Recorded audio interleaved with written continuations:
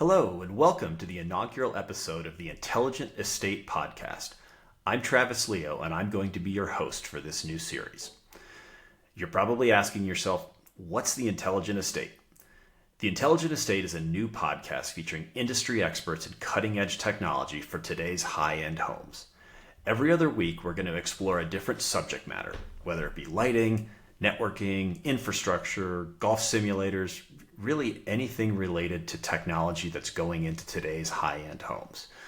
We're going to feature industry experts from across the globe who have worked on thousands of homes and have years of experience with these technologies. And you might be asking yourself, well, who are you and why are you qualified to talk about this topic? Well, I spent 10 years running a high-end luxury home technology company in the Denver, Colorado area. I'm constantly being asked by friends, neighbors, and families what to do when it comes to home technology and where do I get started. So I decided to do what everyone else is doing and start a podcast to explore these topics with experts from across the globe. I'm new to podcasting, so bear with me as I learn the ropes, but I promise you that the guests and content will be worth your time. Before we get to today's inaugural guest, let's talk about some of the topics that are hot in home technology that we're going to cover in upcoming episodes of The Intelligent Estate. We're hearing a lot about AI integration. AI is everywhere that you go in today's smart homes, whether that be homes that predict what you're going to do, the way you want to live in them, voice control, things like that. So we're going to dedicate an entire episode to AI in the coming months.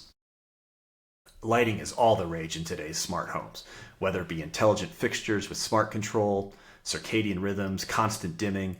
The technology is getting deeper and deeper into the fixture, and as it does, the need for an expert is more important than ever. Our third episode is going to cover lighting in very deep detail. Large format TVs.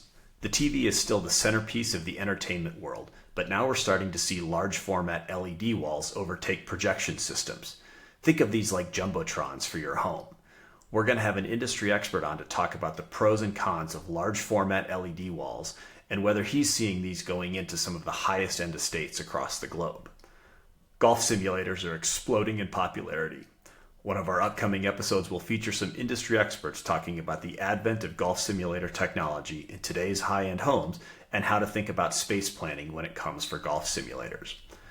Outdoor audio and video continue to be a very hot topic with lots of new technologies to bring that entertainment experience outside. We'll have an upcoming episode that features industry experts that talk about how to set up and plan and design for the ultimate in outdoor entertainment experience. We're seeing lots and lots of advances in power and intelligent power system, so we'll be exploring what it means to have a power plan for your high-end estate and what you should think about when it comes to grid reliability and battery backups. And last but not least, security. Whether it be biometric entry, intelligent camera systems, we'll explore what professionals are doing when it comes to security in today's high-end homes. These are just a few examples of the technologies that we'll be exploring in the coming months as we dive into the intelligent estate. Each episode will highlight one specific area of smart technology with an industry expert, or maybe two. We'll keep the conversation light and casual while giving you the information you need to make technology selections for your own home. This podcast is designed for builders, architects, interior designers, and tech enthusiasts who might be building or remodeling a home. The goal is to give you intelligent information and insights from experts on how to incorporate these technologies into the planning process for your home. I hope you enjoy our content. We appreciate you being here.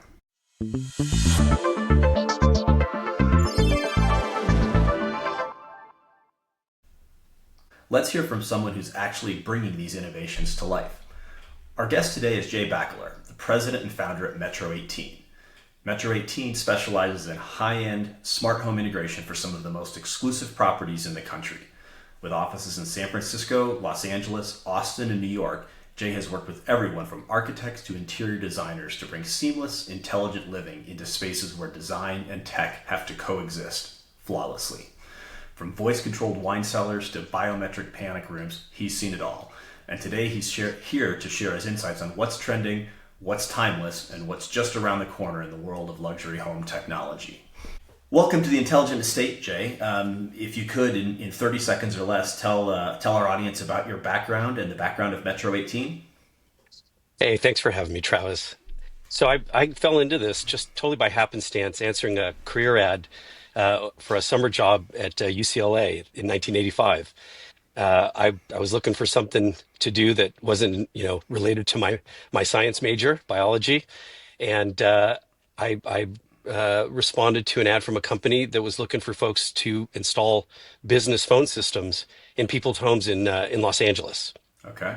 And at the time, this was not an industry. The AV industry, as we know it from the residential side, did not exist. And so this was just a fun thing to do on the summer, and I loved it. I enjoyed working with my hands. I enjoyed getting to use tools, which I'd never done in my life, plugging in on projects where people were doing construction. And I just realized very quickly that I had an innate aptitude for this to be involved in this environment. And so little by little, I kept working in different areas. Worked in retail as a stereo salesman in Westwood, selling hi-fi, and every bit of it I loved passionately. And I soon discovered that this was really something that was driving me a lot more than spending 15 more years to be a doctor. Fast forward 40 years, and here we are. Wow. So, in those 40 years, Jay, I mean, you've obviously worked in some of the most exquisite estates across the United States and across the globe for that matter. How many homes do you think you've worked in? Oh, it's in the thousands, definitely. From working in apartment buildings, high rises, in downtown Los Angeles and downtown San Francisco, to beautiful townhome renovations in New York, to really sprawling mega estates and compounds in remote places like El Paso, Texas, and Santa Fe, New Mexico. What's your favorite style of architecture or favorite style of home that you get to work in these days or ever? Well, that's actually a really good question because while all the stereo and TV stuff was very interesting and still is, what really ended up being a huge passion for me is learning about architecture just by virtue of the fact that I was working and immersed in this environment. And the timing was impeccable because I was at an inflection point in Southern California where people like Richard Meyer and the people that had evolved from Lautner's and Frank Lloyd Wright studios, people like that were just getting going. And I learned with them. And I developed a really strong affinity for architecture and design. And I have to say, I've been very spoiled because I've gotten to work with some of the premier mid-century architects of all time of history. And personally, that really is kind of my vernacular. But I work in a lot of traditional homes as well, and I appreciate all of it. So we on the intelligent estate we do pick favorites. So I need you to pick a favorite architect that you've worked with. So it's like picking which of your kids do you like the most. I get, but you gotta pick a favorite architect here. So Wow, that's kind of an incriminating question. very much Um, so. oh man, well, we have done a massive volume of work over the last 20 years with a firm out of Los Angeles called Marmol Radziner. And they've had an amazing trajectory in history, specifically in the mid-century movement. And that work has brought us projects and clients all over the country. And I have to say, we have really enjoyed the collaboration with them. Great.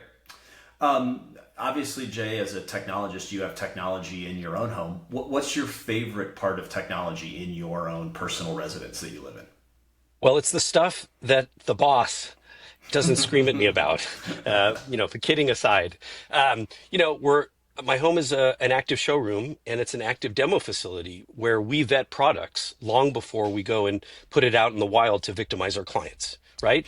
If it can't perform well here at home, then it's probably not going to work great for our customers. And so we're really responsible that way. So my favorite is the stuff that really is tried and true. And as you know, and a lot of the members in our industry know, I refer to this as our chocolate cake recipe, which is a fixed recipe of products we've been doing for over 15 years now. in? Great. So obviously, 40 years, a lot has changed, a lot has evolved, and it's going to continue to evolve. When you guys get engaged in a project today, what are people asking for in technology in today's luxury estates? What's the hey, I gotta have this, and what's the hey, I don't even know I need this, and then you explain to them, hey, this is something that you should really contemplate when you're building a luxury property. That's a really good question, Travis. So Actually, the first thing our customers say, which is a little counterintuitive, is I would like things that are really simple. Hmm. That's very different than the kind of conversations I was having 20, 30 years ago, where people were literally wanting to take stuff that I was seeing at the CES show in Vegas and come and deploy it in their homes for the first time. Now, when we sit down with a very successful family who is building a multi-million dollar estate, the first thing they say is we really want something simple. And so that really kind of drives and steers the conversation from there. Now, that doesn't mean we're not going to introduce things like golf simulators. That tends to be really kind of popular right now in homes. You know, dedicated theaters, not like before, but media rooms, right? Okay. Flexible spaces that the family is likely to use a lot more than a space that is just used for one thing, right? So we get into those conversations, but there's an overarching kind of vibe, an overarching conversation, and that conversation is always, it has to be simple, right? There can be sophistication under the hood, but it's got to be easy for everybody to use. And most importantly, when there are challenges, and there will be, it's got to be quickly resolvable. Hmm. You use the word simple, and I think that's a word that gets thrown around in this industry a lot, and it means different things to different people. Simple to somebody could be 5 apps on a phone. Simple to that same different person could be a universal remote control that controls everything in the house. How do you guys think about simple when you're dealing with a new client engagement or a new project? Well, it's kind of intuitive for us. And that ties back to what I said a few minutes ago about our recipe. Because we've been doing this basic formula over and over for many years now, simple to us is deploying something that when the client moves in on day one, we can guarantee that it'll be about 98% functional, Okay. right? We don't want to have somebody sitting on their living room floor writing code as they're moving in. That's Hmm. that's not a successful experience, and that's not something that's going to give the client a sense that things are simple. Yeah. Um, I think. so I would say simple means intuitive, simple means consistent, and that connects to the fact that a lot of our clients are people we've already done 3, 4, or 5 homes for. So regenerating and reapplying that same methodology, that's the simplest solution to give this family a sense that they have something that's going to be useful for them and be very robust over many years. Talk about that a little bit more, because obviously if you've done 5 projects for a family or a couple, you've established a long-term relationship. You're clearly good at what you do. You clearly are good at servicing that to where they keep coming back and likely referring you to others. What has allowed you guys to be that kind of king of the estate, the company that people come back to time and time for these luxury properties? Well, I think that's really the key. We are involved in technology. We utilize really sophisticated technology to do what we do. However, we didn't invent that technology, right? I didn't invent Sony. I wish I did, but that's not the case. We are curators and purveyors of existing technology. So really, our challenge is how do we curate these things together, compile them together, and serve and deliver them to a client in a way that is going to be very consistent. And so while there is very sophisticated tech under the hood, the client is not going to be popping the hood open to look at the engine. The client's going to be sitting on the sofa picking up a remote and expecting that if they paid $500,000 to watch better television, that it's going to work. Well, do you see any differences in the geographic markets that you serve? I mean, obviously in the Bay Area, you have a lot of wealthy technology customers and .com people, and in New York, you probably have more of a finance background. All within that luxury high net worth individual. What do you see differences in terms of market demand across the different markets? That's a great question. So, first of all, let's talk about what's consistent and similar across the coast and the country. Simple. So, whether we're in Los Angeles doing a 50,000 square foot 4 building estate in Bel Air, or we're in New York working in a 2,400 square foot townhome, which might cost almost the same depending on the address, the client expectations is still that it's going to be very straightforward and easy and that it's going to be reliable. However, there are nuances. So, for example, in Southern California, our customers there want 2 televisions in every room. right? It's a very entertainment and media consumptive, Okay. environment. In the Bay Area, some of our clients are embarrassed to admit that they watch television. At the end of the project, it'll end up having a couple TVs. But starting out, it's very interesting, right? And that could be because they do a lot of streaming on their devices, or it could just be a lot of general political and cultural leanings, Okay. right? Very, very different. I find Texas and New York and other parts, the mountain states where we work, I find them to be more of a hybrid or kind of a confluence of those things together. The Bay Area and Southern California are more different than Southern California, Texas, and New York are, in my experience. I imagine things like lighting and networking are pervasive across all of those. It used to be the router that you got from the cable company or the phone company was good enough, and now you're deploying these managed networks in homes, enterprise grade systems.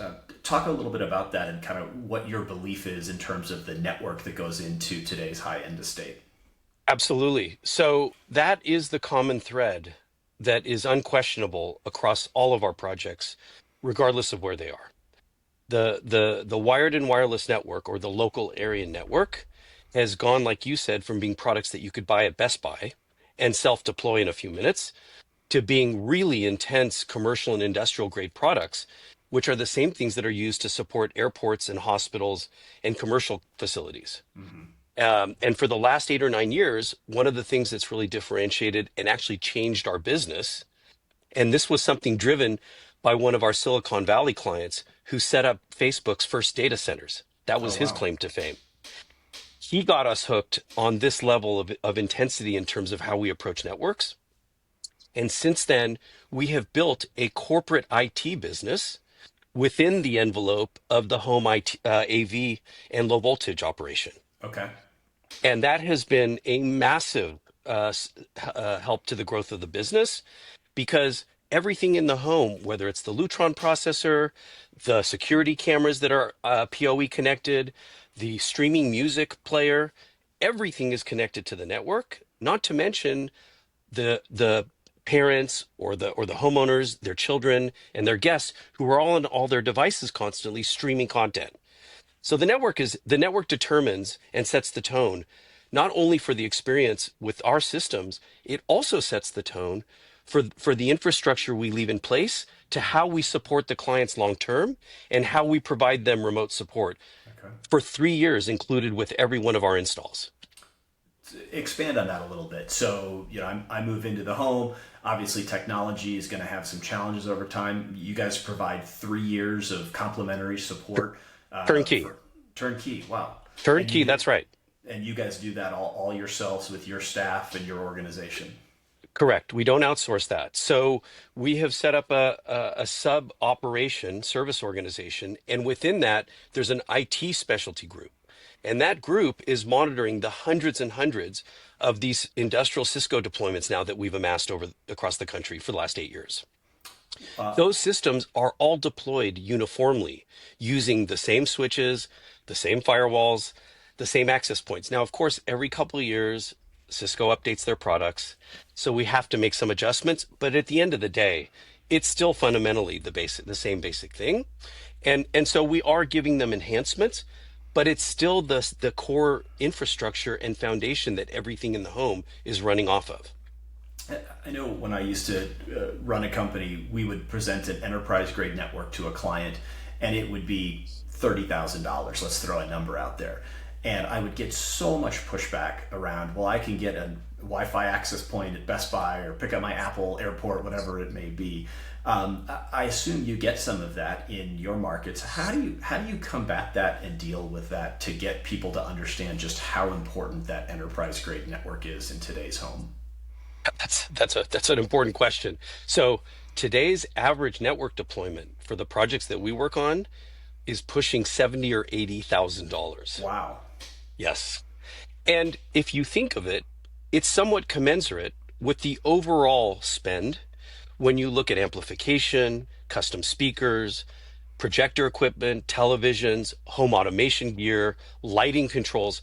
It's actually a relatively minor slice. It's not $2,000, but it's still a relatively minor slice of a typical five to $700,000 project. So is And that a when you good is that a good rule of thumb? Sorry to interrupt you. Of five to seven hundred it thousand it dollars, uh, $70,000 network. abs Okay. absolutely it is. Now, of course, it depends. Is this a residence that's in a skyscraper that's flying 150 feet up in the air? That's a different. Or is this a residential compound with five buildings that are spread out on 100 acres? Mm. So obviously it can change quite a bit. But what I will say is what doesn't change is the importance of the network and the way that we overcome the conversation around how come I can't use a $3,500 local area network that I can buy at Best Buy. And the way that I address that is I say, look, when you're designing a home, if you're an architect, or when you're building a home, if you're a builder or a client, is the place that you want to economize the dirt preparation, the grading, all of the structural prep, the concrete, the aggregate, the rebar forms? Is that where you really want to economize and then layer $1,500 to $2,000 foot finishes on top of that? Or does it make the most sense from a pragmatic standpoint to provide the most stable foundation and footing so that whatever finishes you layer on it, they're not going to be, shaky Yeah. and fracture?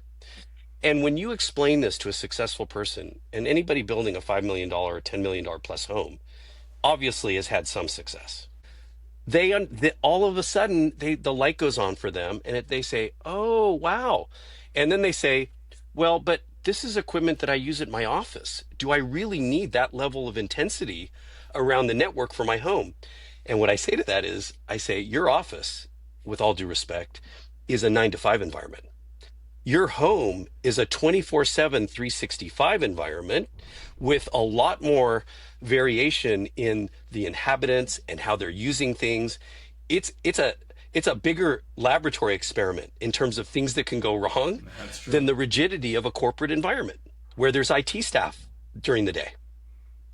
And when you present it this way and you explain these things, most successful business people or homeowners, they will immediately resonate and say, "Great, that makes sense." What working in thousands of homes as you have, you've probably been invited to take over something or redo a system over the years.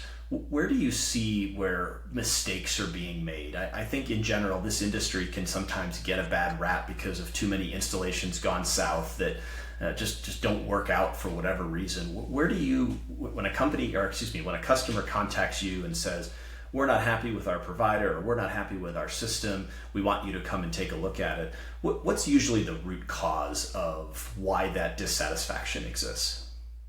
Well, about 20% of our work, maybe 25%, is takeover or redo work. Okay. So we do a significant volume of that annually. And we actually love that kind of work Okay. because it's the most challenging kind, right? Because you're taking somebody who has had one, two, or maybe more not great experiences. So it's already a challenging dynamic to enter into, right? They're already going to be highly suspect of you, right? Mm-hmm. And so you have to step into this and you have to absorb the liability and you have to turn it into a success story. And sometimes people are not very patient. They're not very realistic. So it becomes really more about how do you manage the personality dynamics and the logistics of working in a finished home. It's absolutely the most difficult type of work to do in our industry. And the reason we love it is because at the end of the day, if we can take somebody in the course of 2 months versus a 3 to 5 year construction project, and we can take them from here and execute to here in 2 or 3 months, and they're happy, and now they're tethered to our support system, you can't buy advertising or marketing dollars because they're going to tell everybody that they know.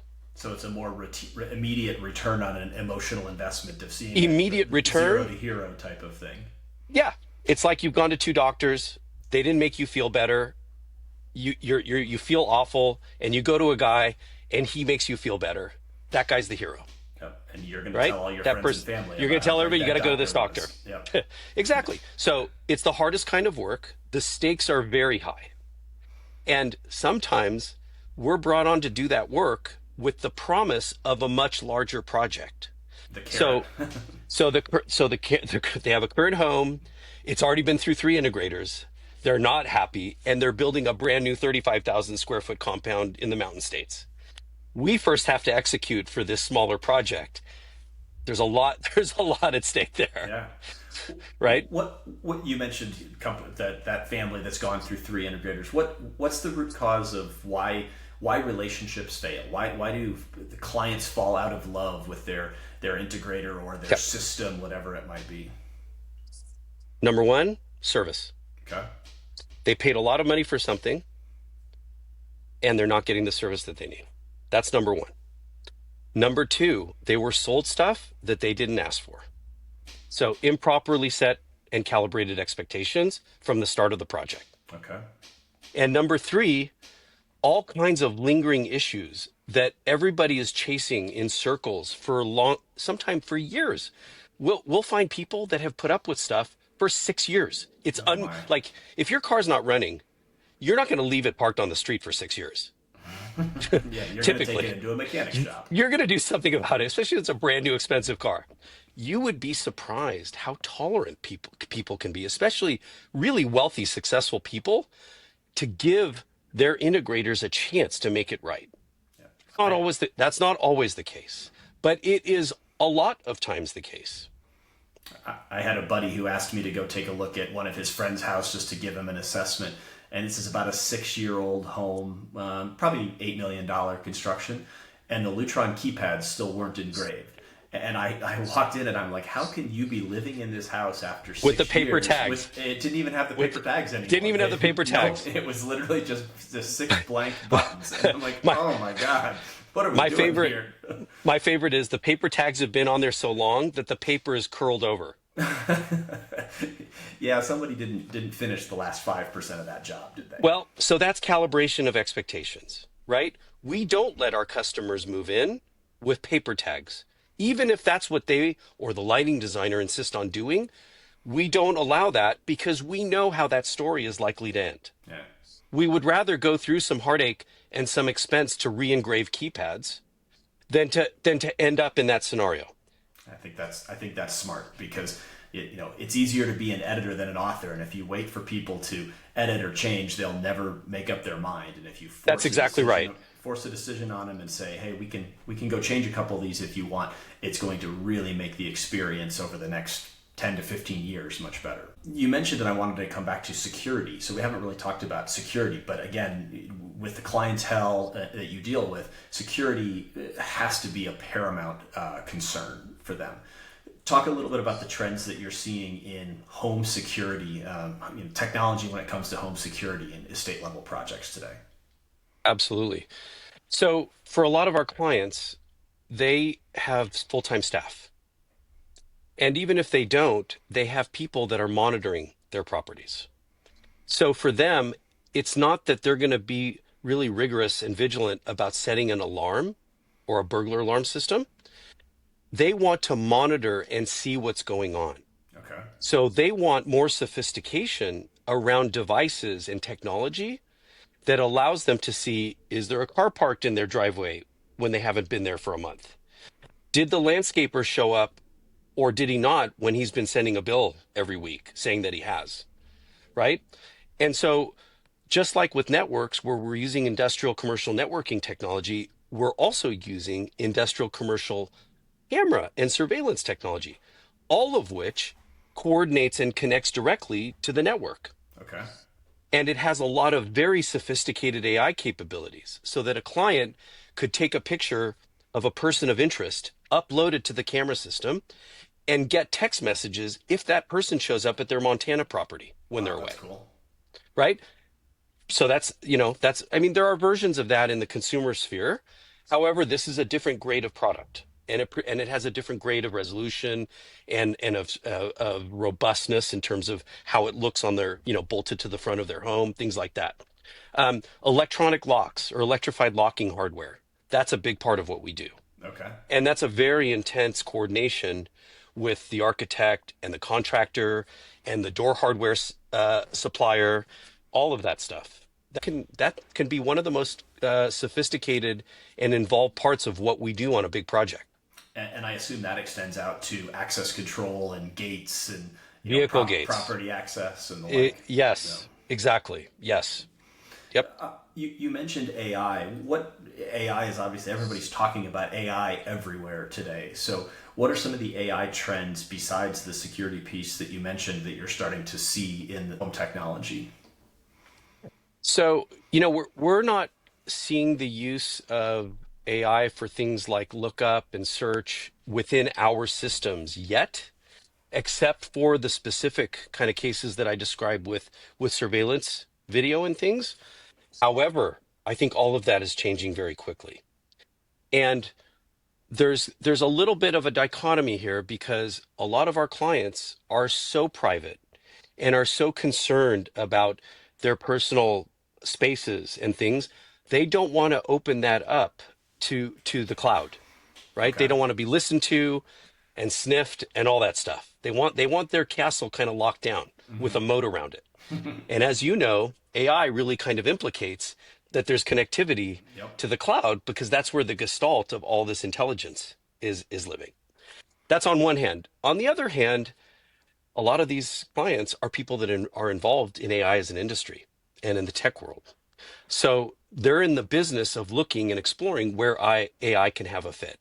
And Okay. so my feeling is just like things like Nest thermostats and Ring cameras, which were all deployed really in mass consumer channels, not at the bespoke top of 1/4 of 1%. You're going to see the same thing happen with AI. It will weave itself into all of these products and projects, but it's going to happen in a way where our clients feel insulated. Makes sense. You mentioned a term earlier in the conversation, your chocolate cake or your tried and true recipe, which I think is a great approach to this because too often there's too much experimentation that goes on, and every project becomes custom. So what's Metro 18's chocolate cake if I'm building a house and I'm coming to you guys to do the technology? Well, this is something that has evolved over, my 40-year career doing this in which I have at times not used something that produced a definable, repeatable outcome. Okay. And about 15 years ago, we decided, and this was also a really fortunate confluence of the iPhone and the mobile handhelds, things that we didn't plan for that were coming into market. But we decided that if there was any way that we would be able to really stamp out a larger volume of systems and kind of take the show on the road and do it in other places successfully, we would have to be like somewhat like McDonald's, where we had a DRP, a definable repeatable process, which Okay. every successful business has at some level, right? That's kind of business school 101. I don't take credit for that. And so what we said is, okay, well, if we're going to do that, we need to become a one trick pony. And what's the pony we're going to get on? And at that time, we decided, well, for lighting control, there's this company that invented the solid state dimmer, and they're in the Smithsonian for doing it, called Lutron. That's probably a good bet, Yep. right? Lutron is not a consumer toy. It's a life safety system that was extracted and derived from industrial and commercial applications. That's how it started. So we're exclusively a Lutron, and not only Lutron, but Lutron Homeworks. So we don't Okay. do the lesser variations, right? Radio Raw, Cassetta, things like that. Not that they're bad products, but we want the life safety version, Yeah. right, for our And clients. it's a product and you know how to support and I, wash, rinse, I, repeat. I've been a Lutron dealer since 1990. So That I've definitely started to get good. We've gotten good at it. yeah, And that should then tell you something right there. and then the other thing, kind of by association, is Lutron shades. There's a lot of shade products out there, but Lutron shades really have the kind of rigor that the lighting stuff does, Okay. right? So we do shades, but we only do shades if it's Lutron. And we really stick to that. If it's a project that doesn't want to use Lutron, then we respectfully excuse ourselves because it's not what we do and it's okay. We're not a fit for everybody. Right. And And then kind of the next in line, or our second largest manufacturer vendor in terms of yearly revenue or sales is Cisco for networking gear. And that's a little counterintuitive. You would think it'd be speakers or home automation equipment. It's not. Because every job, no matter how big it is or how small it is, it has a network. And at a minimum, it has to have a certain entry level threshold of network to be tethered to our service and remote monitoring. So that's why that is such a significant product in our arsenal. After Lutron and after networking, now we start getting into the AV toys, the fun stuff. So Sonance and James Loudspeaker has been an absolute standard for us now for 15 years. For all of the architectural built-in speaker applications, and then Savant as our only and sole home automation platform, Okay. primarily used to control TVs and distribute video, and also as a music streaming and distribution platform. How did you guys settle on Savant as the control platform for your chocolate cake? Well, before Savant, I worked with other manufacturers over the years, and one of them, also still a very large business in this niche industry, is a product and was a product that required bespoke programming, actual writing of code, compiled code. And we decided that if we really wanted to take the show on the road and have this kind of repeatability, we needed to eliminate all the variables involved in custom programming. And that left us with only one or two choices, and we chose the one that is the higher end in the industry kind of category. Okay. And when was that? When did you make that decision? 2010. All right, so you're 15 years into Savant 15. being your one and only. Savant's only 16 years old. So you've probably gone through some of the heartaches with it, but you're still there. We still have a couple of the original card frame systems that we just can't get the clients are like, it's working. We can't get them off of it. It is end of life. They know, we've been totally transparent that when that thing dies, their house goes dark. Yeah. But they love it and it's great. So so it's been a great trajectory. And over the years I started off with AMX, which was way back in the day, in the late 80s, and Fast and Panja. And I've seen all those iterations over the years of different manufacturers and different products, different approaches. And Savant's not perfect. We're not perfect. However, in my career, I have never had a platform like this that would be as stable and predictable so that we could do hundreds and hundreds of deployments and most importantly, support them post-installation for years. That's the important thing, because no matter how great a job you do of designing the system up front or of installing a bunch of wires during construction or even building a rack of equipment at the end of the job, your success is going to be measured by one thing, and that is, what is the client's experience after they've been living in the home? Can I turn the TV on reliably is what it ultimately boils down to. And if it doesn't go on, how quickly can you fix the problem? As a Savant customer myself, I like to think that you've probably made the right choice in doing that. And obviously the volume of work that you guys do and the areas you serve kind of speaks for itself in that approach. And not to say that there are not people that are not successful using other products and developing their own recipe to do that, right? I respect them because I feel that's harder to do than our approach.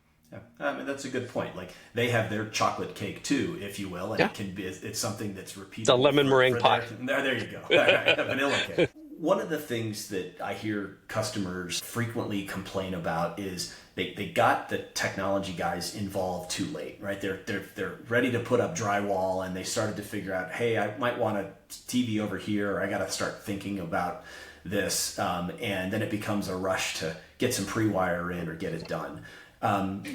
Tell me, in a perfect world, when do you guys get involved in a project, part one, and if that client waits till 5 days before drywall, is it too late at that point? Yeah. Well, unfortunately, we do get in those situations. We like to come in absolutely as early as possible. And the way that we like to do that actually is to be introduced as a consultant, not as a wiring guy or a TV company. Okay. And the reason being is because if you design the infrastructure to be embedded in a home under construction or to be retrofit into an older home, if you design that infrastructure correctly, then you are doing the biggest service responsibly to the client because you're leaving them with a flexible solution to where they could do almost anything they want later. Conversely, if you don't do that in a flexible way, the client becomes pigeonholed and stuck in a corner to where they can only do one solution, and that may not be a great solution for them, or it might be twice of what they were planning on spending. That's a huge disservice to the client.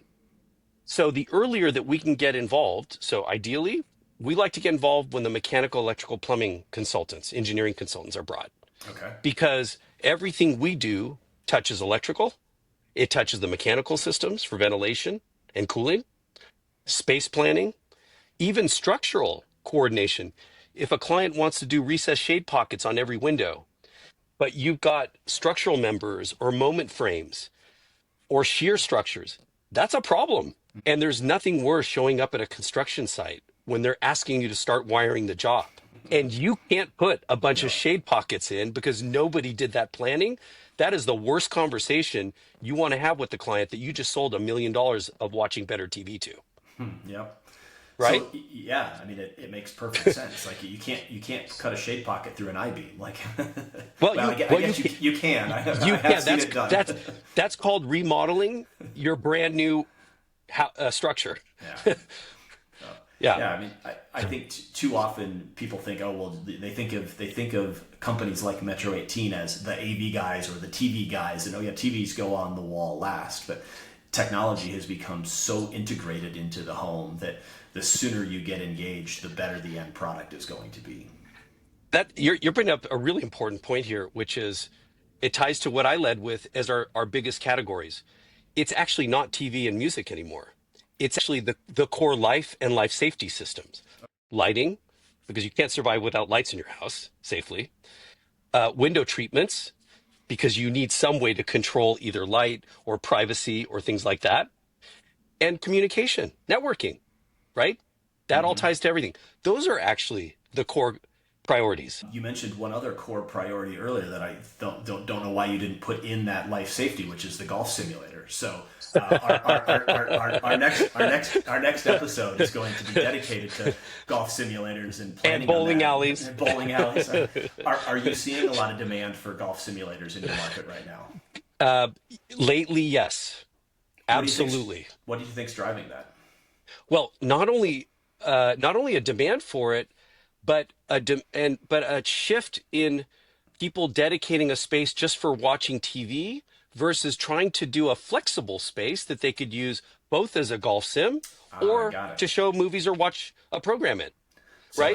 instead of dedicating the space to a home theater, they're taking that same space and saying, hey, I might want to watch a movie or I might want to hit golf balls into it. That's right. Or in the case of the room that I'm in right now in my home, it's not a big space, but initially the thought was, oh, this will be a great theater demo. What does it actually get used for? Number one, quiet Zoom calls.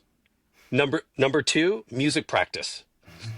Right? So we don't hear the instruments through the house. Yeah. Right? Yeah. Space So is expensive. these space is expensive, but also, you don't really know until you live in the house how you're going to end up using spaces. The more that you can prognosticate, you can plan for flexibility in everything that we're doing. That's a really core tenet to our approach with designing all of these systems, is the maximum amount of flexibility for as long a tail as possible. As we wrap up here, Jay, I guess what's one piece of advice that you would give to somebody who's building an estate level property or getting ready to remodel a property when it comes to home technology? You give them one piece of advice. Where do you draw that line? I would recommend that they reach out to their trusted partners that are already on the project, the architects, the contractors, maybe even some of the consultants, and identify who would be a great partner to add to that ecosystem, who is not only going to do a great job during the course of planning and construction, but most importantly, that has a track record of being there to support consumers long term in the place where they live. So it's not go follow some shiny object and pick out what piece of technology they think they or absolutely have to have. or not make the wrong decision based on price when you end up having to redo the system 3 times and it costs you 4x of what you would have originally spent. Oh, yeah, and it sounds like you've seen that firsthand over the last 40 years. We're So, watching that movie right now on 20 projects. wow. Well, that's great. Jay, you've been awesome. This has been very insightful as we kick off the Intelligent Estate. Metro 18 is obviously a highly regarded company within the industry. I'll put your contact information in here so people can know how to get a hold of you, as well as some images of some projects that you guys have recently done. But I'd like to thank you for being our inaugural guest on the Intelligent Estate. Very, very happy to have you, happy to call you a friend, and wish you nothing but the best of success as you continue to rid the world of poorly installed home technology systems out there. So It's been an honor, Travis. And yes, I appreciate your friendship and all the collaboration supporting our industry. We need more people involved to help our industry grow in a positive direction and to ultimately serve all of these consumers in a way that will raise the level of professionalism and how our industry is perceived. So thank you for doing that. amen to that. So thank you, Jay. I appreciate it. All right. It's great. All right. Thank you, brother. All right. See you soon. Bye-bye.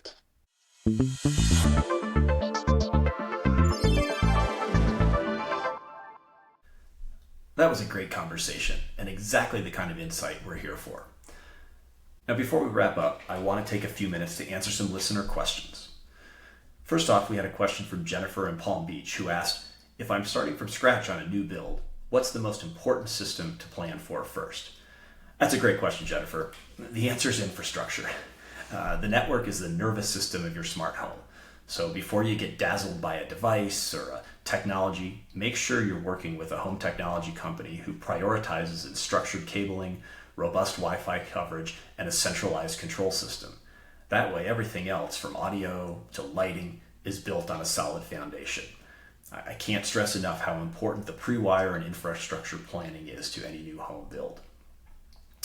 Next up was Alex from Park City, who asked, how much room do I need for a golf simulator in my home?